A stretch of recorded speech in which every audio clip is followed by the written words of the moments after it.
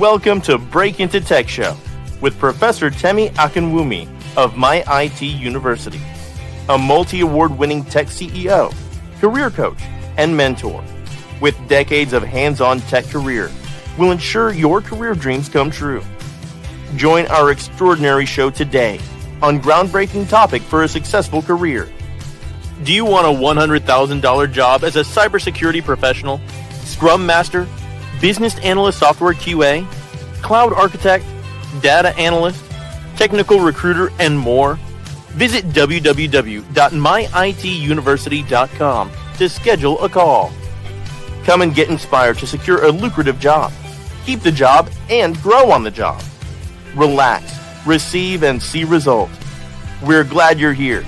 Share, like, and comment.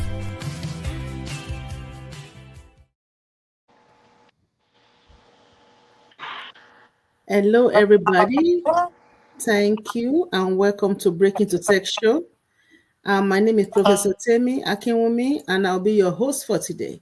Thank you, everybody, for joining us. This is our platform. We've been on this platform for many years now, and what we do here is to help you break into tech, keep the job, and grow on the job. So it doesn't matter if you're trying to break into tech, you don't have any experience, you have experience, just come as you are. And we're going to make it happen for you so that you can be in tech and do well in tech. You don't have to have any strong background. Just have the interest. And that is all that is required to break into tech. With me today are my guests. I have three of my mentees and mentors here, and they're going to introduce themselves, and you will get to meet them. We're discussing about internship and mentorship program, and how that has helped them in their career, and how what they're doing in their career. And the team we're meeting today is Delta Airlines team that we have here at MyITUniversity, and you're going to hear from them. So these are people that don't necessarily have any tech background, but now they are doing great things in tech. So I want to welcome them, and I want them to introduce themselves. Thank you so much. I will start with, we'll take it one by one. We start with Adesola. Thank you so much, Prof. Thank you for this opportunity. My name is Adesola Fakiesi, and I'm one of the mentees at MyITUniversity. And I must say that it has been a wonderful journey, very impactful, very enlightening, very insightful. I started this journey last year, and I came in with little or no background in tech. I'm an accountant, a finance person.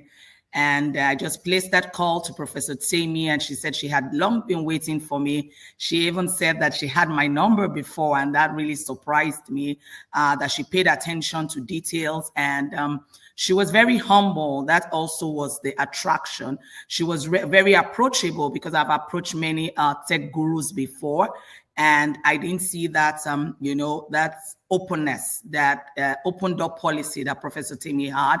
And through the days, I must say days, because I don't want to say years, because I have gone through about 3 projects. I've gone through the ISO 27001. I worked in UNICEF. I've gone through PCI-DSS. I did Stripe. And right here, I'm actually the project lead for Delta Airlines, and we're actually doing the third party. So I'm going to stop here. Thank you so much, Prof.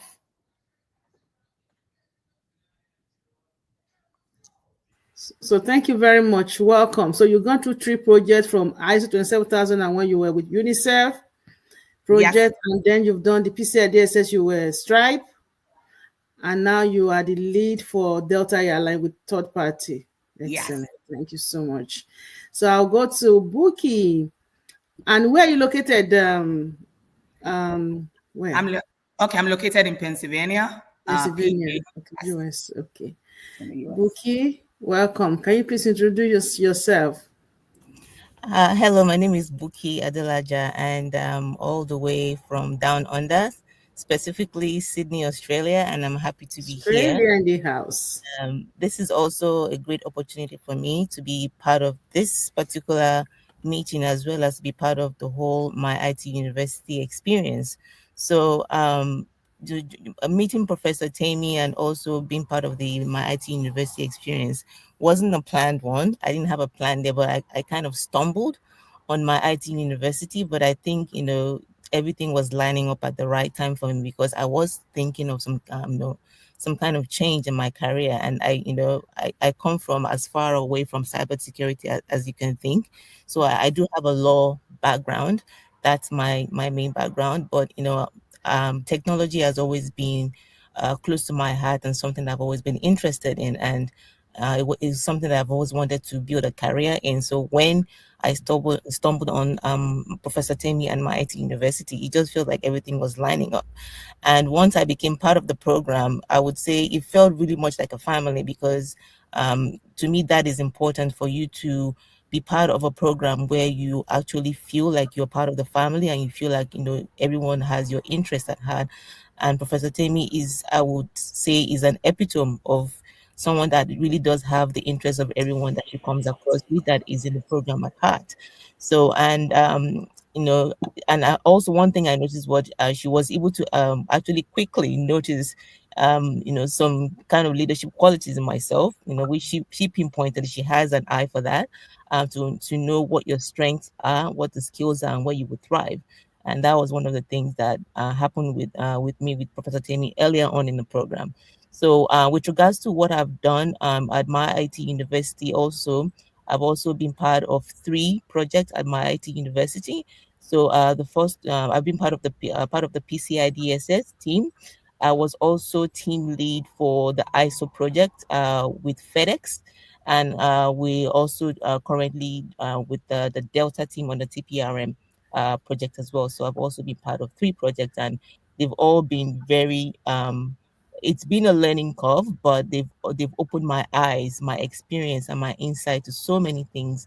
And I've learned to really put myself out there to have, just have the confidence to learn, because I've found myself in such a very supportive community with MyITUniversity, with Professor Temi at the helm. So that's my background in a nutshell. Very good. All the way from Sydney. So which project did you do for the ISO? Which project was that? The stakeholder? That was FedEx. That was FedEx. the FedEx, and I was a team lead on that one. Yes. Okay. Very good. Very good. So the PCI-DSS was which one? Was sorry, that was Stripe. Yes, that's correct. Stripe. Okay, Stripe. Very good. Stripe, and then ISO was FedEx. Yes. FedEx. Very good. Very good. Now, currently you are doing Delta Airlines. Excellent. So let's meet Olu. Olu, how are you? Can you introduce yourself and where are you located? You need to unmute yourself, I think. Hold on, unmute. Okay. I think I'm. Can you hear me now? We can hear you. Okay. I'm in Maryland here. Okay. US, yes. Prof, I met you. My first meeting with you is through the. What's it called? Is YouTube or online? Okay. I don't know. Yes. So I just gel with you, and I just believe in my spirit that if I work with Professor Temi closely, I'm going to get the point here on MyITUniversity. So for the mentoring, which projects have you worked on? For the mentoring? I know you're pretty new.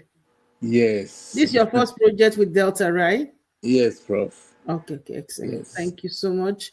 And then one thing I want to mention is that persistency is very important. And if you like it and you really want to do it, it doesn't matter your age. Ageism is not a problem. It doesn't matter your experience. It doesn't matter whatever. Just try. Just put yourself out there. You will achieve your goal. So I'm glad that Olu was able to join us, because it's not only ladies, it's not only men, it's not only certain age that can be here, and you've obviously seen that. So thank you so much for that. Everybody is encouraged. Everybody is welcome to join. So that's very good. So why did you all decide to choose a path in cybersecurity? Why is cybersecurity your choice? I know that your background, Buki, was law. So now, why did you decide to look into cybersecurity, Buki? For me, cybersecurity was eventually a no-brainer, because my interest in cybersecurity began. I think I mentioned that a bit earlier, with my fascination on how technology, has become so much important to almost every part of our lives.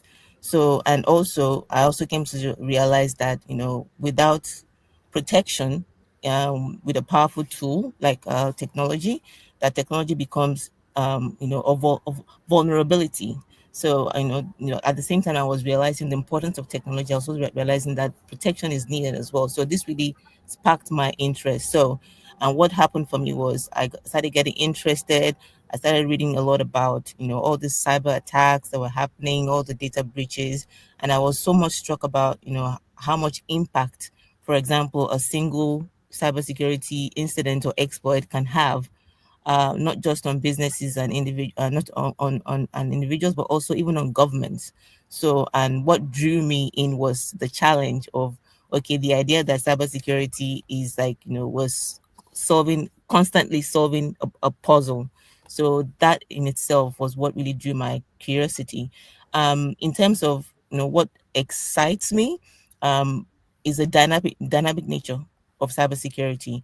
So cybersecurity is never static; it's always dynamic. It's ever evolving. It's always changing. New things are always happening. So, for example, there's always a new threat out there that we have to know about and also learn about. How we respond to that. There's always a new, defense technical mechanism that we have to also know and learn about and apply. So, so whether it's learning about things like, ethical hacking, that's also something that, I found interesting as well. Threat intelligence, or how, companies build their security systems into their operations, and looking at, specific frameworks like the NIST frameworks and things like that. So the more and more I got into this, the more it piqued my interest that, it's a puzzle that needs to be solved, and cybersecurity really is, that, a way of solving the puzzles or the problems that we have. So I always see room for growth, no matter where I am or where I start with cybersecurity. There's always room to learn and to grow. So this is really what sparked my interest in cybersecurity. Very good. Thank you so much for that. So those tools really spark your interest.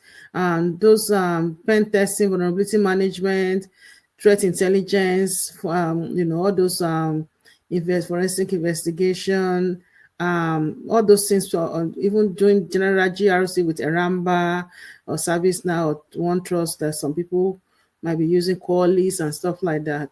So all those things pique your interest. Nmap, Wireshark, all those stuff. Excellent. Because it's not only GRC that we learn here at university.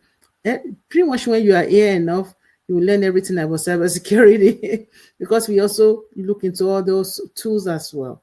So thank you very much. And Adesola, what's your take on this?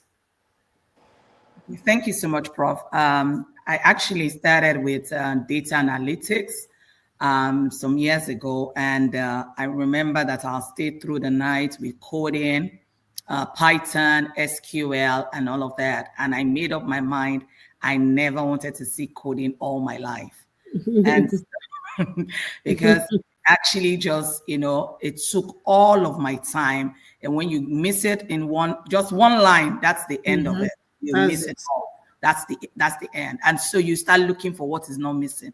And I said, no, life cannot be so difficult. Life cannot be this difficult. And so as soon as I began, but I love data because data is the new oil. So, and I knew that I wanted to be an oil magnate, so I have to be a data magnate.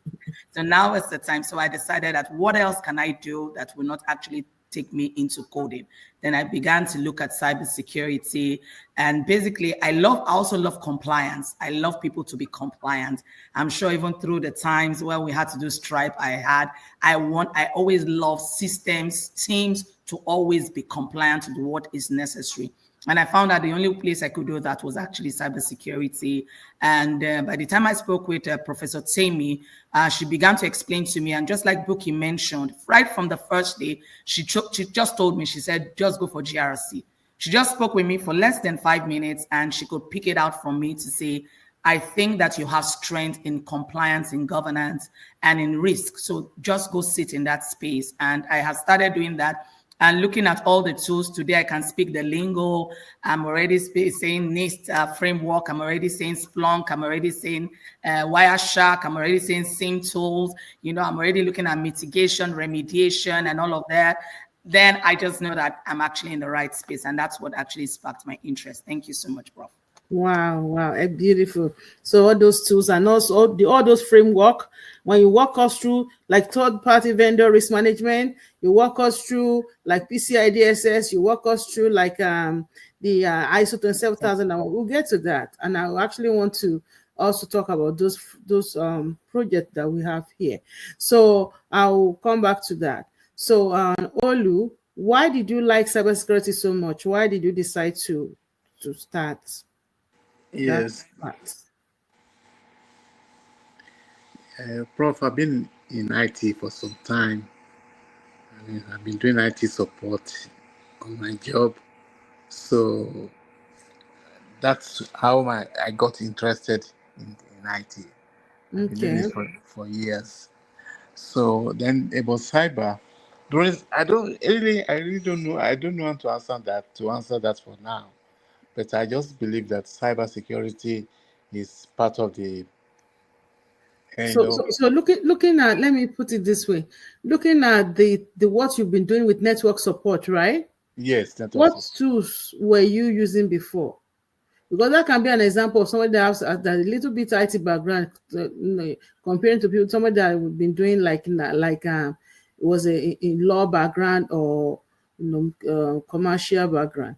What kind of tools were you using there? Well, basically, it's network. Just supporting the network infrastructure. Yeah, just exactly supporting. Okay, maybe like help desk, call center. Yes. Okay, more so of that. Okay, very good. And that's saying that people that be working as call center for so many years, like Olu, don't sit there and work a call center job and being paid less than they should be paying you. Whereas you can just take that background, bring it to cybersecurity, and you find your path. If Olu can support network support for so many years and now is trying to use cybersecurity to make more money, you can do it. Okay, you can do it. Very good. Thank you so much for that. So we're going to go to discussing about the different projects that you have worked on. I know some people worked on the Mesa Healthcare, maybe Microsoft, maybe different projects. We've worked on a lot. Can you pick a particular project that you worked on and give us a walkthrough the life cycle and what you actually did? I'll start with Adeshola. Pick one of your projects, if it's third party or PCI or ISO, and walk us through what the life cycle looked like. Yeah, thank you so much, Prof. I'd like to take us through the TPRM project that we're currently working on, and we're working on our stakeholder is Delta Airlines. And the TPRM cycle is actually in 3 phases. You have the onboarding, you have the ongoing, and then you have the offboarding. Through the onboarding, we actually had to have our vendors, and we have the LSG SkyChef, we picked GE Aerospace, Unify, CETA, and we had Joby Aviation. So we had about 5 vendors. One of our vendors did not submit their compliance documents during onboarding, and then we took them out. That was a potential red flag for us.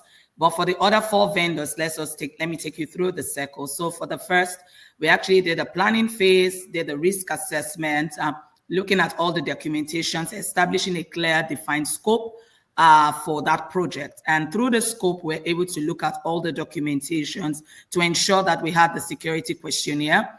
That was when we had to do the due diligence. So through the due diligence, we sent out the security questionnaires. We had our TPRM analyst.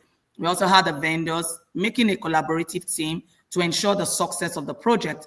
And with the due diligence, they sent out all the documentations. And when the documentations had come back in, because that helps us to classify high risk, medium risk, and low risk. So whether that vendor fell into high risk was going to be dependent on the severity and the impact. So there was likelihood of occurrence, and there was also impact. And then we went through all of the documentations being sent back. So we're able to tier all our vendors, tier 1, tier 2, tier 3. And after putting the vendors into both high, low or medium risk. And at that point, we were able to send them out their SLAs, which was done by our legal and compliance team.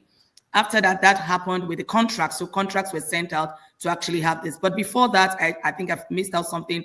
The NDA, before any documentations were sent out, we had a non-disclosure. That's what we call the NDA. So there was a non-disclosure agreement that was made between both parties to ensure that the documents are confidential. All data, all information is confidential, and that information will not be used for any other purpose aside from the purpose for which it was spelled out.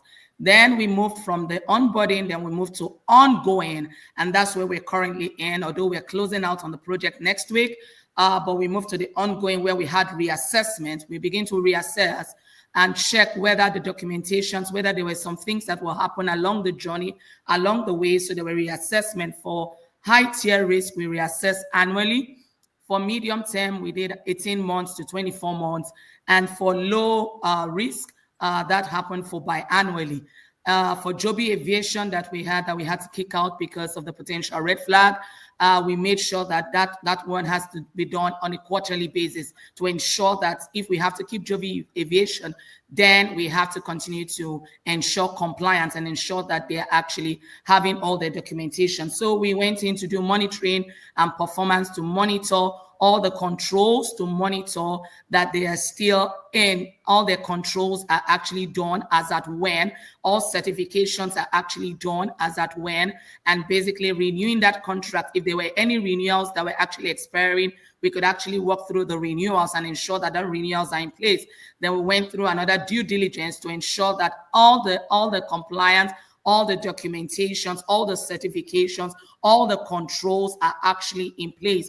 And then by next week, we're going to be offboarding because we have to close the project. For everything that has a beginning has to have an end.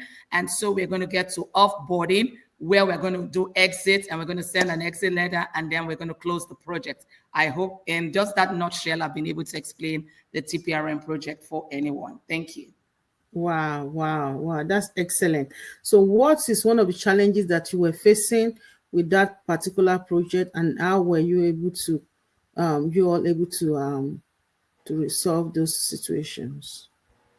One of the problems, thank you so much, Prof. One of the problems that we faced was actually getting the documentations. That's the first problem that we faced. And what we employed in that situation was communication, because the vendors and they have to be comfortable to be able to share, especially like a SOC 2 report, the type 2 report.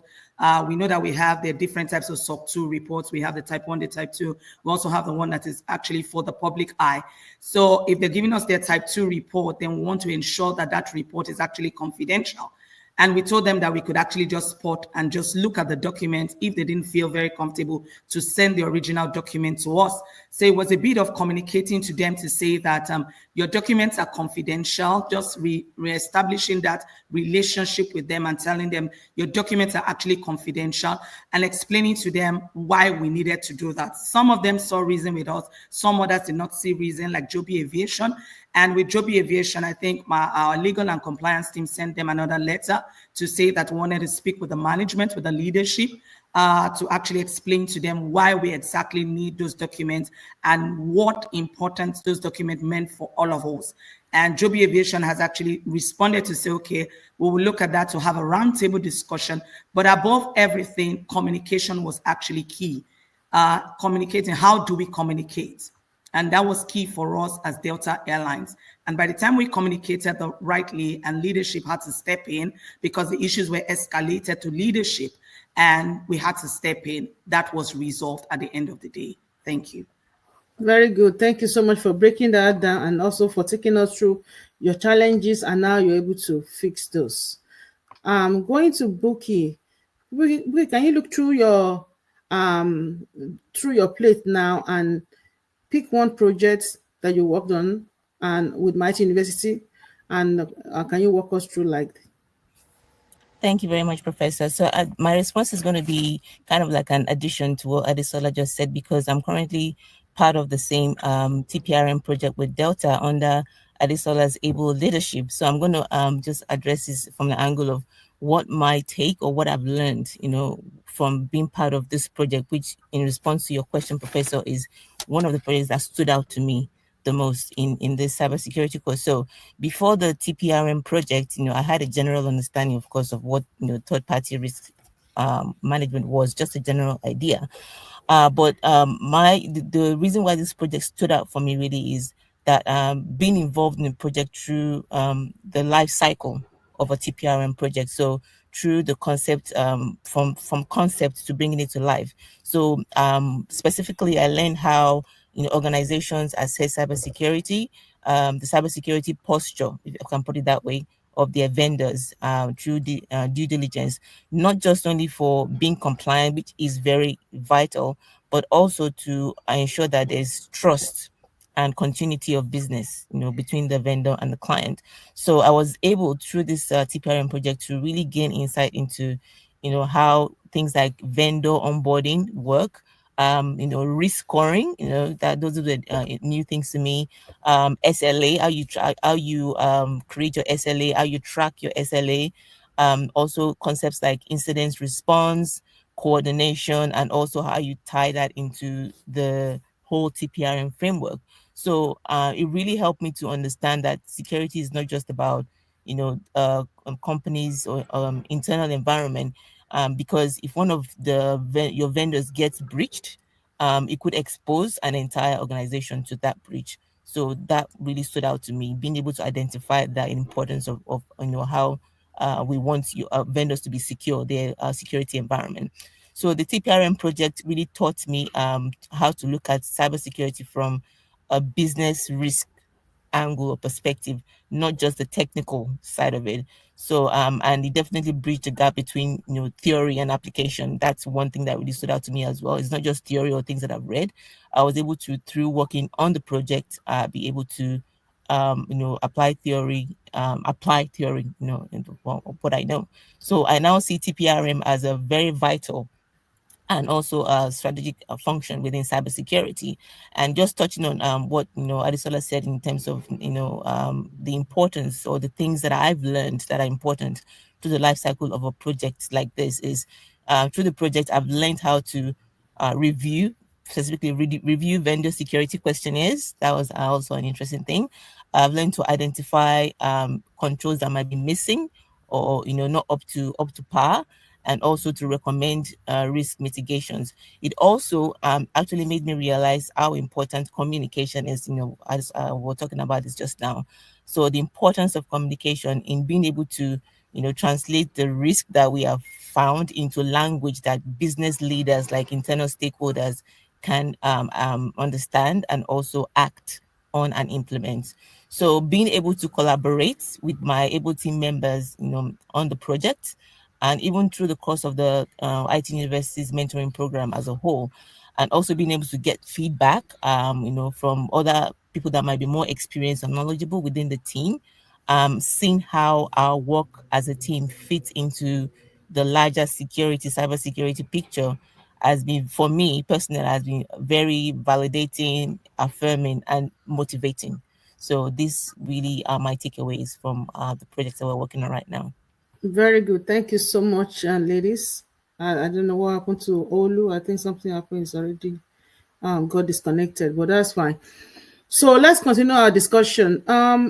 Looking at the PCI-DSS, I would like to also talk a little bit, doesn't have to be so deep, about PCI-DSS and also the ISO project. Let's touch a little bit on both and see your take on both projects. I'll start with Adesola.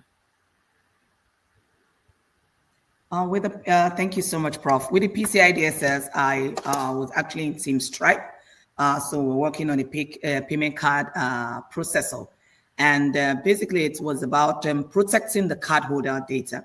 Many times we take our cards and we don't know what exactly goes into you holding just that card to even an ATM machine, or even using that card to buy something over the counter, or even in that grocery shop. So from the project, I began to understand everything about the whole process of the card usage and even the protecting the card. So with PCI-DSS, that's about 12 pillars. You have to build and maintain, I think, a secure network and a system, you have to protect the cardholder data. You also have to maintain a management program for PCI-DSS, and you have to implement strong access control measures. And those are what we did through the whole project of PCI-DSS. It was actually a very in-depth project, because looking at the card holder, you look at the cards, the card numbers on the card, and you do not know that you have to go through many transactions, basically to ensure that on the back end, the customer is protected. And that just takes me back to confidentiality, the CIA triad of confidentiality, integrity, and availability. You get there, you put in your card into a website or a web portal, and you're expecting that when you put in your card details, it is secure. So that tells me that your card details has to be confidential. And that's what PCI-DSS is actually protecting. The payment card industry is actually helping to ensure that there are controls, there are security measures, even for payment processors, to ensure that customers can say, my card details are protected. So confidentiality. Then the integrity, is there some form of integrity, even passing the card through all the points of sale? There's a POS, there's actually an ATM machine, there's actually a bank that has to use it, there's actually Visa that is actually holding your data. All of that protocols, do you have integrity for that data? Also availability. What if you put in your card and you're not able to use that card? How would you feel at a grocery shop? All of that was actually put in even through the 12 pillars of PCI-DSS. So by the time we went through the Stripe, we saw all the controls. Stripe as a payment processor, we saw the controls, and we saw some of the lapses. Some of the lapses, why your card, why some hacker is able to hack your details, take in your credit card details and use those details. And all of that protection we saw whilst we were able to mitigate all of those controls and to ensure the safety of even the card holder. Thank you so much, Prof. Very good. Thank you very much for that. So, Buki, what's your take on that? Any of the projects, PCI DSS or ISO, anyone that? I will talk about the ISO mainly because I took a lead position in that, and the ISO project that I worked on was with FedEx. So just walking through, what the project was, the steps that we took, and the importance of why, that project, came to be. So just, basically for a company like FedEx, obviously ISO certification is very crucial for demonstrating, their strong commitment to information security. So it also helped them to, build trust with their clients and partners and getting an advantage within their industry, which is the logistics industry. So with MyITUniversity on the project that we did for FedEx, which was the ISO 200. So we basically looked at key considerations that we looked at for that project were things like focusing on protecting FedEx's shipment data, their customer information, and internal logistics. And also we consider things like how compliant they are with regulations related to transportation and logistic data. We also looked at the area of risk management, where we look at managing risk for FedEx that are related to data breaches and shipment information or tracking, and also any system vulnerability that they might have. Security controls was also something that we looked at. We looked at how they implement strong access controls, data encryption, and also continuous monitoring. So the objective really of the FedEx ISO project was to establish an information security management system for FedEx to help them to protect their their logistics data, to ensure that the security of their transport management systems, and also to also ensure that they're complying with industry regulations. So just to do a quick walkover of what we did on that, the steps that we took on that project was, first of all, we defined the scope of the ISMS of FedEx, and then we obviously obtained the management support. So what we did was we developed a business case which outlined the risk that are associated and with data breaches. And then we formed an ISO implementation team within the project team. And then the next step that we did was we did the risk assessment. So at this stage, we identified the risks that are related to having unauthorized access to FedEx's logistics data, or things like the GPS system. We looked at ransomware attacks and also the transportation management software. So next, we moved on to actually developing an information security policy, because this is an important step that needed to be taken. So we created a comprehensive policy addressing the protection of FedEx's logistics and also the transportation data. After that, we actually started the implementation step, where we implemented the security controls. So the action that we took at this step was we were able to deploy those security controls to protect the critical assets of FedEx. So things like multi-factor authentication for how the systems are accessed, and then we looked at the encryption of data for things like the data in transit. And also we also ensured that they had secure APIs for their third-party integration. So that was one of the things that we looked at. We now moved on to developing a security awareness and training program, because once we've implemented, the security system, it's very important for an awareness to be created, and a training program, so that the having something in place without the knowledge of the internal staff, for example, will render it useless. So we developed a security awareness and training program where we train the FedEx staff on data protection, how to handle all the secure logistics information, and also to recognize things like and when attacks do come out, be able to recognize that these are happening. So, and then in the final stages, we move to documentation of everything that we've done, of all the procedures and the control. So we documented in the procedures in details for how to manage those logistics data in a secure manner, how to handle those data, and how to respond in emergency situations. So and then we moved on to monitoring and measuring the ISMS performance. So we set up a continuous monitoring program to be able to do that. And then we moved to conducting an internal audit and management review, where we performed regular internal audits and management to ensure that they are compliant, with that framework. So, and in the very last legs, we were preparing for certification, and then we conducted the certification of audit. And then, and at that stage, we're able to engage an external certification body to conduct the ISO audit.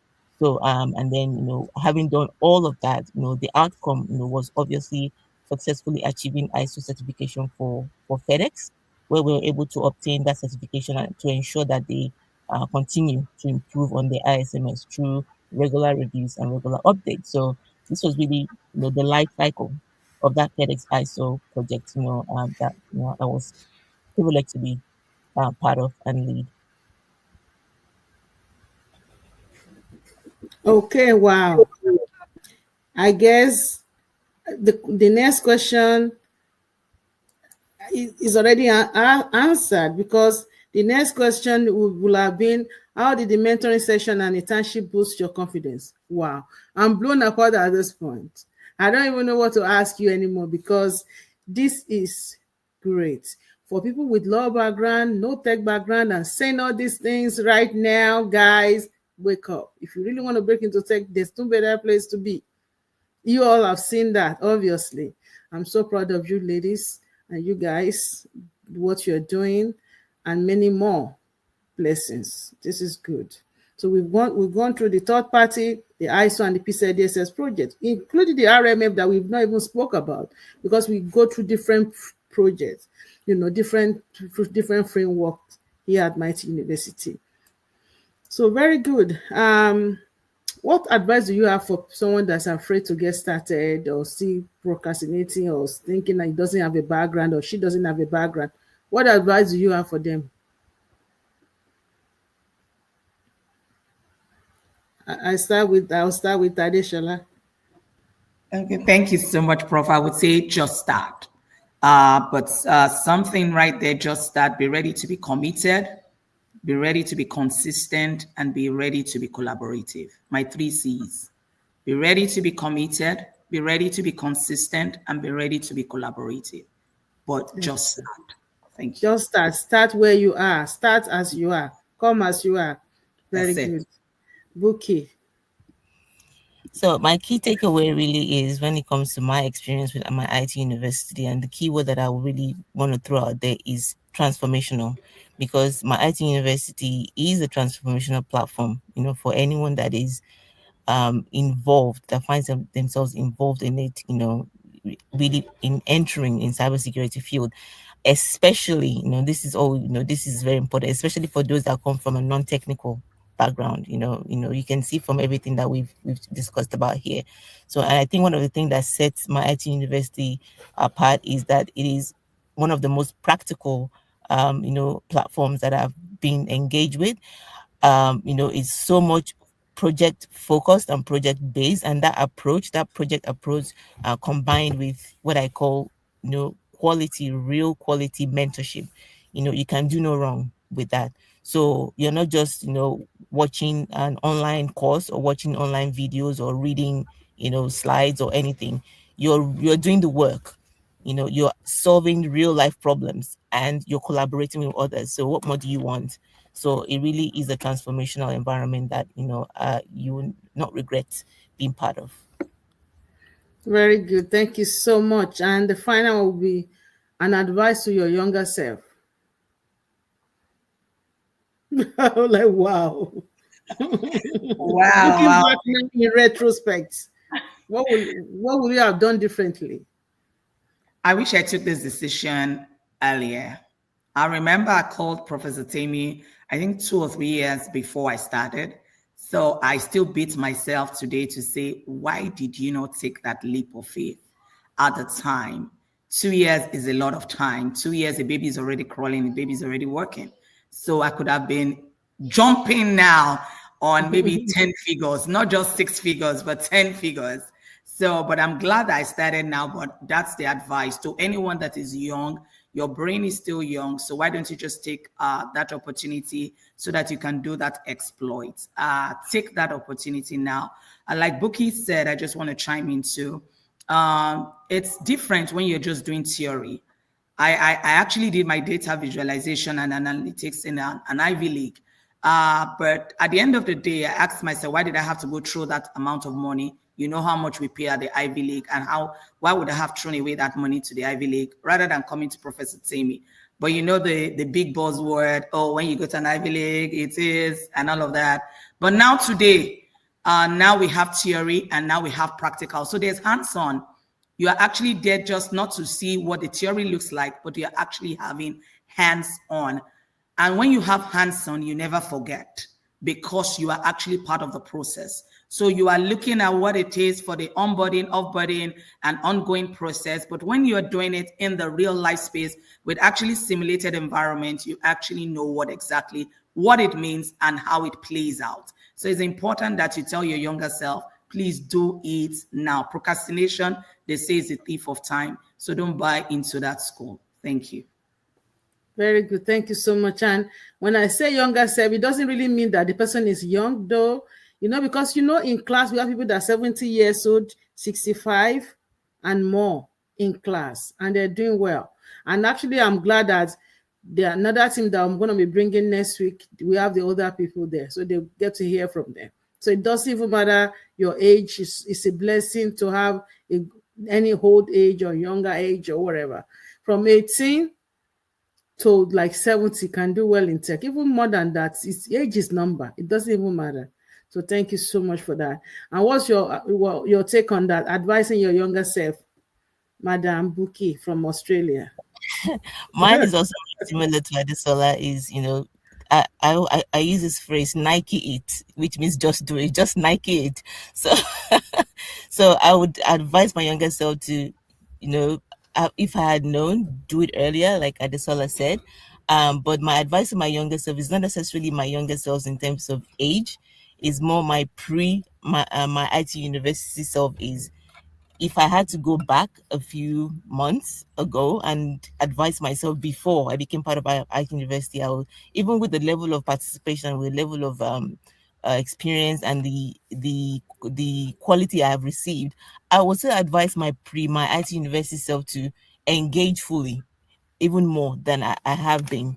So, and this is also my advice to people that are coming in as well, or considering, something like MyITUniversity, is engage fully, don't sit on the sidelines, ask questions in your group sessions, in your mentoring sessions, volunteering more for projects, putting yourselves out there, and also being open to feedback as well. So because the community is really incredibly supportive. So this would be my advice to my pre-ITUniversity self, as well as those that are now coming into the space.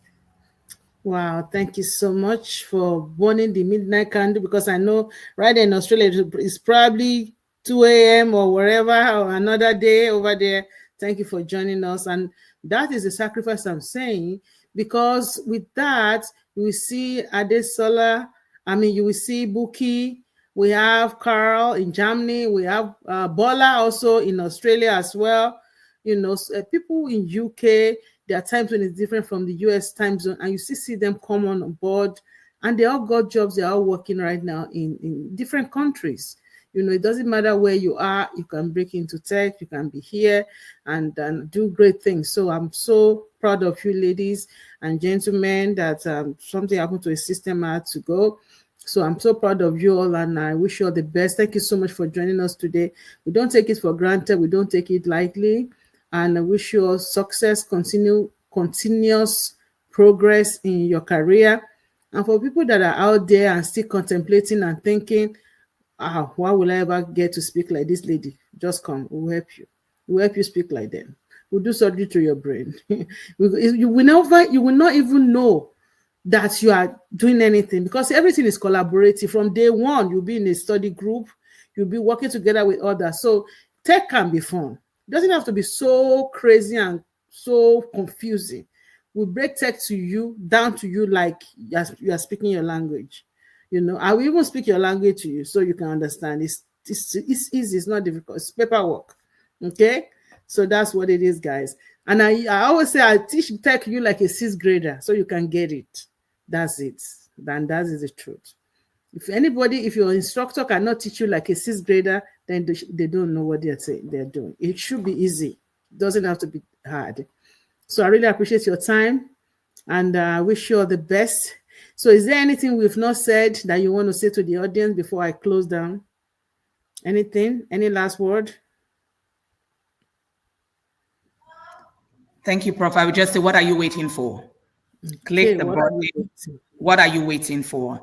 Just join in. This is your time. This is your season. And this is a second that you would not want to miss. Do not miss the season. There are seasons. Do not miss the season. The world is moving. The world is changing. The world is dynamic. And this is the time. Thank you. Thank you so much, Buki. All I have to say is that, this is the time again, as Adesola said, if you're willing to put in the effort, MyITUniversity will definitely equip you with the skills, the confidence, and the network that you need to break into cybersecurity. So and it does that with purpose and direction. So what more do you want? You already have that environment. So, why not now make that decision? Thank you so much, ladies. I really appreciate your time today. I wish you all the best. Thank you. And everybody that's watching us, if you are trying to break in, don't procrastinate. Don't delay. Join us, and you'll never regret it. Thank you. Until we meet another time to bring you a wonderful topic and discussion on MyITUniversity and Break into Tech Show. I remain yours faithfully, Professor Temi Akinwumi. Thank you so much, and have a wonderful rest of your day. Bye, everyone.